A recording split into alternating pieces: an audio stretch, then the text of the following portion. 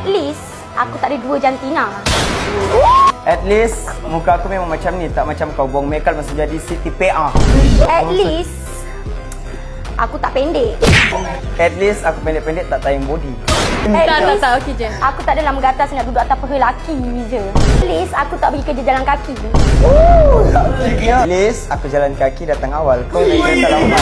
At least tak adalah kita harapkan satu partnership je. Bila pagi partner dengan orang lain terus buat muka. At least aku taklah jadi punca sampai 2 korang bergaduh. Okay, at least aku tak adalah buat dah 24 jam semata nak gift daripada orang.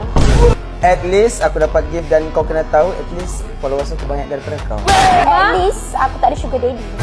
At least tangan dan muka aku sekata tak macam kau.